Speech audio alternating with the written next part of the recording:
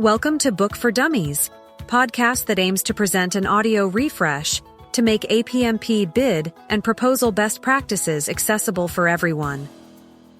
In today's episode, we'll cover the importance of developing a proposal by summarizing your offer, addressing customer questions, and expressing value.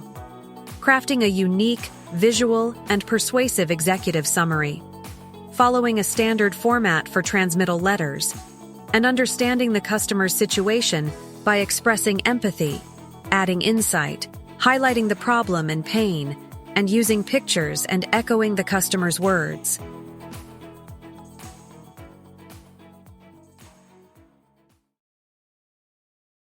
All right, let's dive into developing your proposal.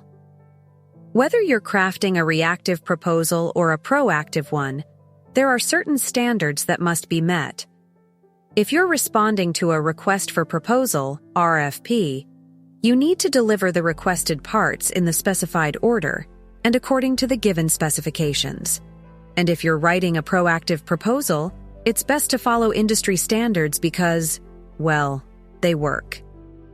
First up, let's focus on the executive summary. Every proposal needs one, and without it, your chances of reaching the decision maker and winning the bid are slim. The executive summary is like a concise, informational sales document within your proposal. Its purpose is to persuade the highest-ranking decision maker that your offer surpasses that of your competitors. So it's crucial to understand what an executive summary is and what it isn't. Contrary to its name, the executive summary isn't just a roadmap or a mere summary of your proposal. Instead, it should be your utmost expression of your bidding strategy. It should demonstrate that you grasp your customer's vision and business issues, align your own vision with theirs, understand their explicit and implied needs, and offer a solution that provides better value than any competitor can. When crafting your executive summary, keep your customer in mind. Focus on their needs, use their language, and incorporate their vision and mission into your message. The summary should be brief and grab your customer's attention from the start. You can achieve this by telling a relevant story, quoting a business leader, highlighting a key industry challenge, or showcasing the unique value that your solution brings.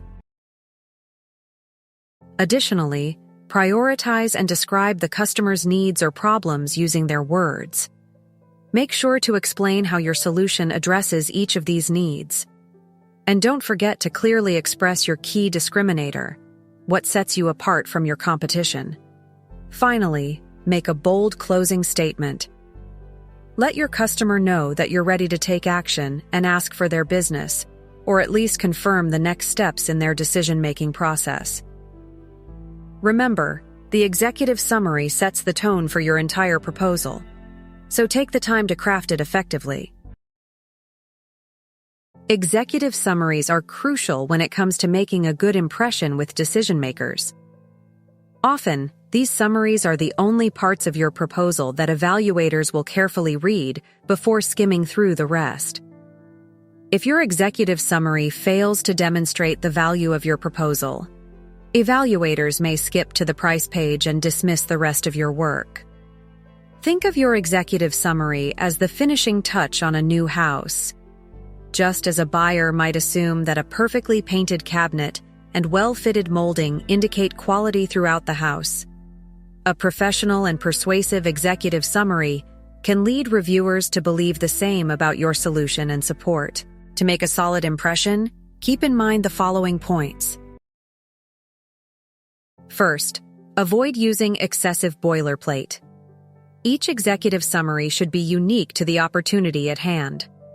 Customers are likely to think that you haven't considered their specific situation and needs if they notice recycled content from previous proposals.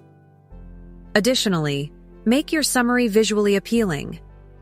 Incorporate graphics to add emotional appeal and use a layout that highlights key points. These visual elements can reinforce your win themes and clearly differentiate you from competitors. In the same vein, remember that clear and concise language is crucial. Avoid getting lost in excessive technical detail and instead focus on illustrating the benefits and unique features of your solution. Include pricing and savings if they help underline the financial value of your proposal. Lastly, keep in mind that the executive summary, cover, transmittal letter, and packaging are the most visible parts of your proposal. They all contribute to the customer's first impression, so ensure that your message and visuals are consistent and compelling. Moving on to writing the transmittal letter, this is how your proposal reaches the right readers.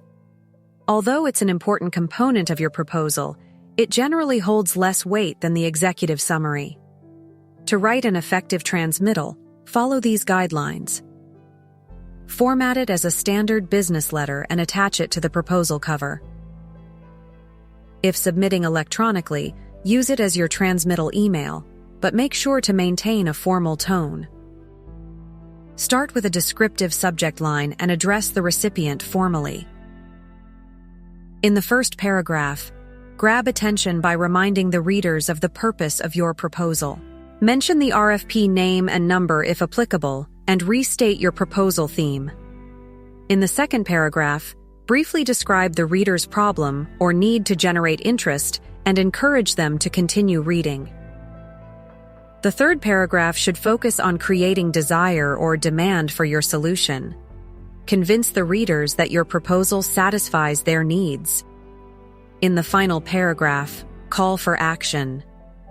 Ask the readers to read and accept your proposal and offer to meet at a specific date and time to discuss it further.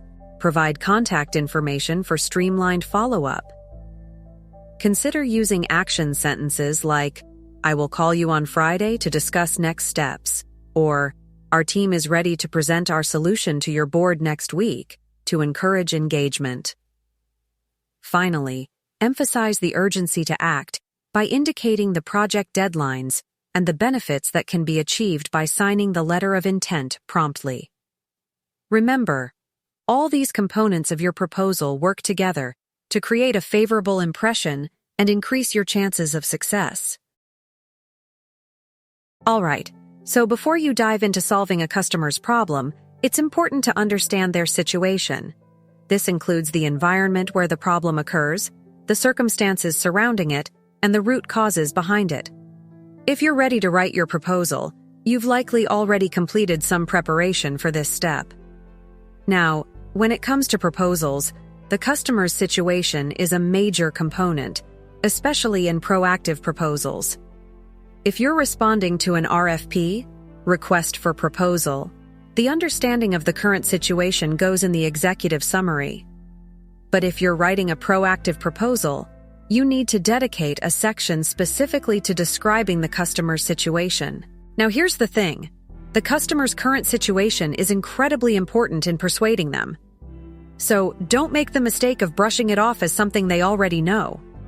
The point is to show the customer that you truly understand their situation. So, how do you go about expressing this understanding? Well, you need to convince the customer that you understand the circumstances that led them to seek your help. Recap their vision and the obstacles they face, and acknowledge the difficulty they're experiencing. This shows empathy and adds a touch of emotional appeal. It's also important to share your insights about the customer's specific problems. If you're worried about revealing too much, you can indicate that you've solved similar issues before without giving away all the details. And here's a tip. Make sure to customize your approach for the customer's unique problem, even if you've dealt with similar situations in the past. This sets the foundation for your persuasive arguments moving forward. Now, let's move on to expressing the problem and the pain. This is a crucial part of your proposal because it helps prepare the customer for your solution. Make sure to highlight the customer's needs and problems in a way that resonates with them. Use verbal labels to concisely describe each need, state the root cause, and describe the resulting business pain. Get emotional and be as graphic as possible to make the impact. Remember to prioritize the list of needs based on what matters most to the customer. And here's a tip. Readers tend to remember the first and last items in a list better, so keep that in mind when ordering your list. Now, when it comes to illustrating the customer's environment, pictures can be more effective than just descriptions. They show that you've put in extra effort to understand the situation, and they also reduce the amount of content you have to write. Use images to visually depict the customer's current environment, and make sure to add captions and references in the text. Lastly, make sure to use the customer's own language when describing their problems. Echoing their words helps them feel understood and shows that you truly grasp their point of view. Refer to specific conversations and meetings where the customer expressed their concerns. So there you have it. We've covered the importance of understanding the customer's situation, expressing empathy and insight, highlighting the problem and the pain, and using illustrations and the customer's own language to drive your message home. This sets the stage for the next section of your proposal, where you'll describe the solution you recommend.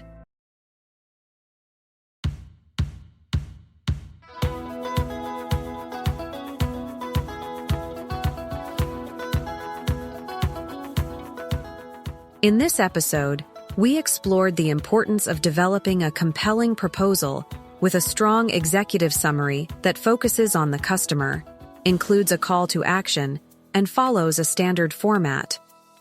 Additionally, we emphasized the need to understand the customer's situation by expressing empathy, providing insight, and highlighting their problem and pain. Thank you for joining us today on Book for Dummies, where we have explored an array of valuable insights and knowledge, and we can't wait to have you back with us for our next episode. Don't forget to subscribe.